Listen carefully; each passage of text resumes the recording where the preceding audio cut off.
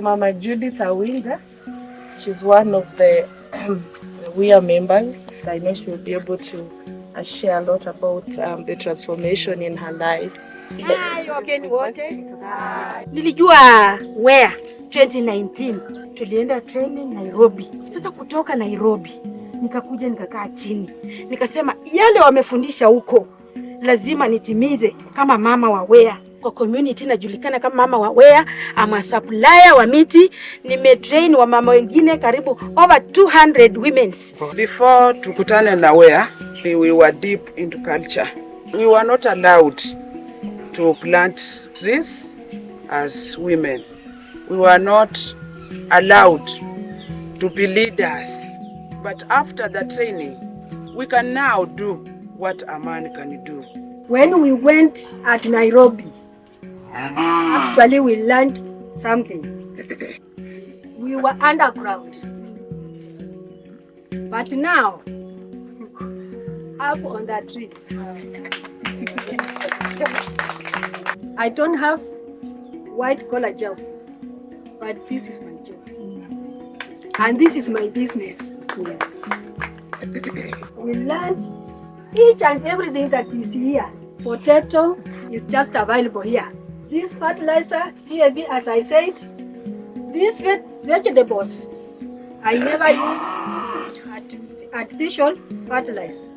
I just use this and CN to apply on it. Even spraying, I just take this CN, I just spray. Best, just severe. Where we are grateful. Where we are by now, I just want to be a facilitator. To go round by round facilitating other groups. We planted very many trees, and because of that, we have enough rain. And because we have enough rain, we plant very early, we get enough food. And because we have that enough food, we are able to do business and save some money. And because we can save some money, we can take our kids to school. After Nairobi's training, after climbing a switch, it is gold. And if you look at me, I've done business. I've renewed myself. When women thrive, art thrives.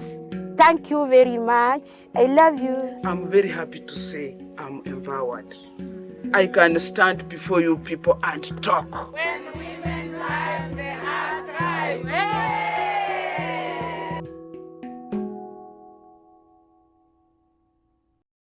Hello everyone, my name is Wamalwa and I'm the WEA's East African Regional Director.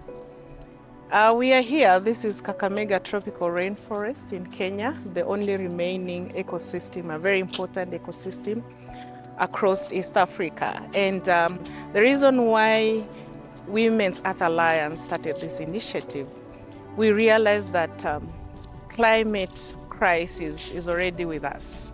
We cannot run away from climate change.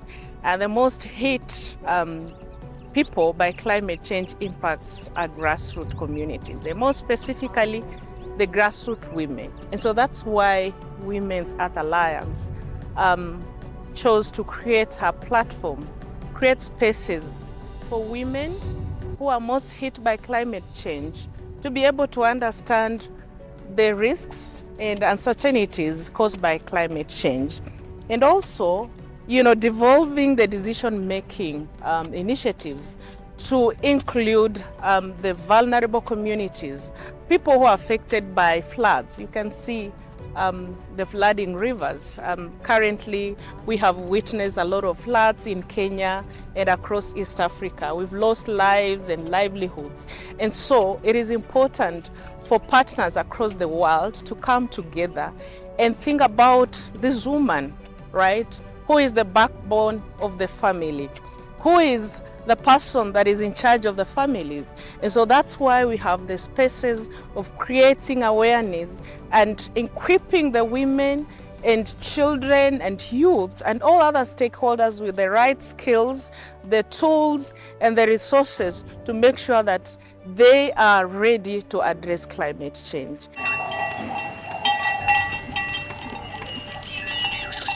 Kakamega Forest, initially, it was a very well-maintained, well-managed ecosystem. But because of the increased human population, there's a lot of encroachment, there's a lot of human activities taking place, there's gold mining, there's a lot of logging, and I think you've seen photos where the forest is bare. And so together with Kenya Wildlife Service in partnership with Women's Earth Alliance, we are restoring 80 hectares this year, and we want to make sure that the threatened species like Prunus africana or Lea capensis are restored back in these very important ecosystems. And so that's why we are calling upon the global community to support us together with the grassroots women who are the most beneficiaries of this very important ecosystem, to hold hands together and make sure that we restore Kakamega Forest and other ecosystems across East Africa.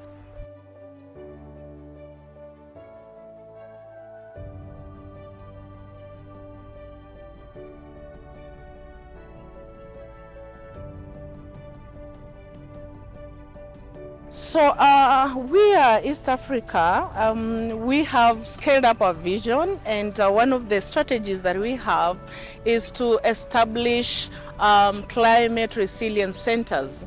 So we are hoping to establish at least one climate resilience center in each country, in Kenya, Uganda, and Tanzania. And one of the things that I've learned is that through this initiative, we're able to reduce the gender-based violence that has been really high.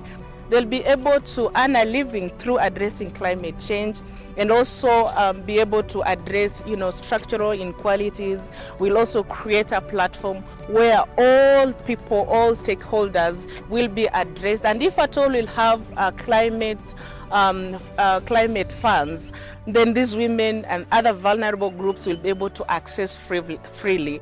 And so we want to encourage each and everyone watching that please join us, even as we champion for a better future, a better future for our children, because we know that the most affected people are not the ones that really took part in destroying the environment. And also remember, it is not a one-person initiative.